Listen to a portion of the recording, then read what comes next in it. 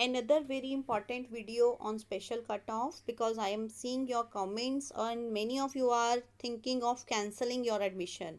So don't do this before watching this very important video. So actually you all are getting confused कि special cut of के लिए कौन eligible है और कौन एलिजिबल नहीं है। तो यहाँ पर मैंने एक सर्कुलर है दिल्ली यूनिवर्सिटी का ही है जो नवंबर में ही आया था, वो यहाँ पर मैं आपको समझाने वाली हूँ कि एक्चुअली में स्पेशल कट ऑफ के लिए कौन कौन एलिजिबल है। तो watch the video completely, don't skip it in between. और सबसे पहले तो ये बात है कि अगर आपका पहले से एडमिशन हो चुका है तो please don't cancel that admission. ये गलती मत कर देना कि कहीं बाद में आपको पछताना पड़े।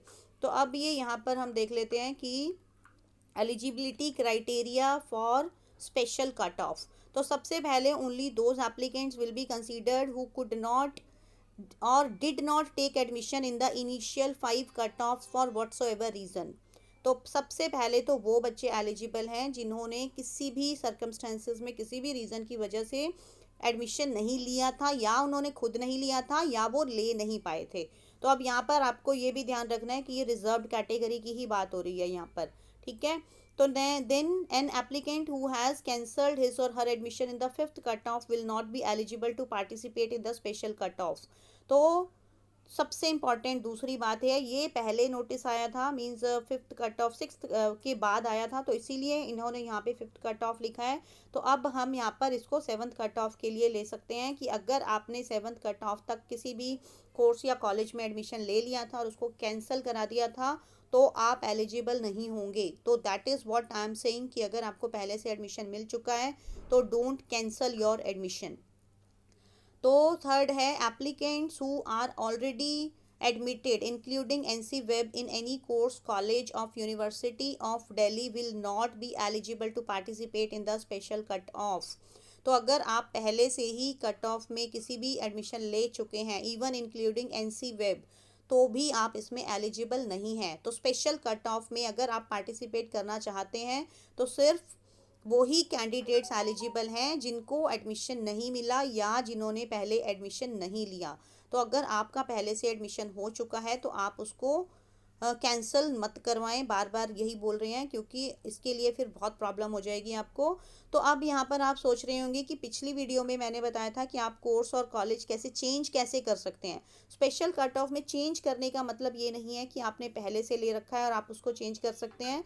उसका मतलब ये है कि अगर आपकी कैटेगरी मींस पहले आप जनरल कैटेगरी में आ रहे थे और उस वजह से आपको एडमिशन नहीं मिल पाया था और अब आपके डॉक्यूमेंट्स कंप्लीट हो गए हैं और अब आपकी मींस कैटेगरी का सर्टिफिकेट आपका रेडी हो गया है, तो अब आप उसमें इस तरह से मतलब चेंज करके अप्लाई कर सकते हैं। मतलब ये मत सोचें कि आपने पहले से लिया हुआ तो उसको कैंसिल करा दें या ना कराएं, कैंसिल नहीं कराना आपको। सिर्फ अगर आपका अब पहले कैटेगरी चेंज कर सकते हैं आप अपनी, कि पहले अगर आप जनरल में आ रहे थे क्योंकि आपके सर्टिफिकेट्स नहीं थे कंप्लीट, तो अब आपके सर्टिफिकेट्स कंप्लीट हो चुके हैं तो आप अब उसको चेंज करके स्पेशल ड्राइव में पार्टिसिपेट कर सकते हैं। बट कंडीशन ये है कि आपने पहले एडमिशन नहीं लिया है ना ही विदड्रॉ करवाया है, राइट। तो अब उसके बाद आगे ये सर्कुलर देख लेते हैं। Applicants will apply to a single college course applicants must ensure that they have carefully checked the number of seats vacant in the course or college they are applying to under their category। तो आप इसके लिए मतलब आपको सिर्फ एक ही college या course में ही अप्लाई करना है, बहुत सारों में नहीं कर सकते। और उसके लिए भी आपको पहले चेक कर लेना है सीट मैट्रिक्स पे जाके कि उस कॉलेज में उस कोर्स की कोई सीट वेकेंट भी है या नहीं है। तो ये मतलब एडमिशन से पहले ये चीज़ का आपको बहुत ध्यान रखना है। फिर आगे है the cut off for various courses available under each category for a college who would be admitting students under special cutoff will be available on the website of University of Delhi। ये पुराना circular है तो ये अब delay हो चुका है, तो अब उसके बाद ही जब भी होगा वो आपकी वेबसाइट पे उसकी लिस्ट आएगी बाद में। तो in case the number of applicants applying for a particular course in a college is more than the number of seats available, then colleges will make a merit as per the best of 4 or best of 3 required for the course। The college will approve only those number of applicants as per the merit as the number of seats available in case of a tie for a seat of the following tie breaking rule shall be applied.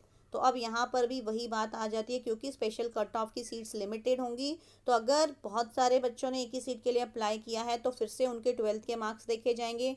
और फिर ये एक tie breaker का भी rule जो बाकी means categories के लिए हो रहा है स्पोर्ट्स कोटा वगैरह में, टाई ब्रेकर का रूल अप्लाई किया जाएगा। कि उसमें क्या होगा कि applicant with higher percentage of marks aggregate of means in class 12th qualifying exam, अगर पोस्ट ग्रेजुएट है तो ग्रेजुएशन, अदरवाइज 12th। और अगर उसके बाद भी आपका टाई रहता है तो applicant with the earlier date of birth as mentioned in class 10 certificate will be considered for admission, right. तो इसमें भी वही टाई ब्रेकर का रूल सबके लिए सेम ही है, तो वो रूल अप्लाई होगा।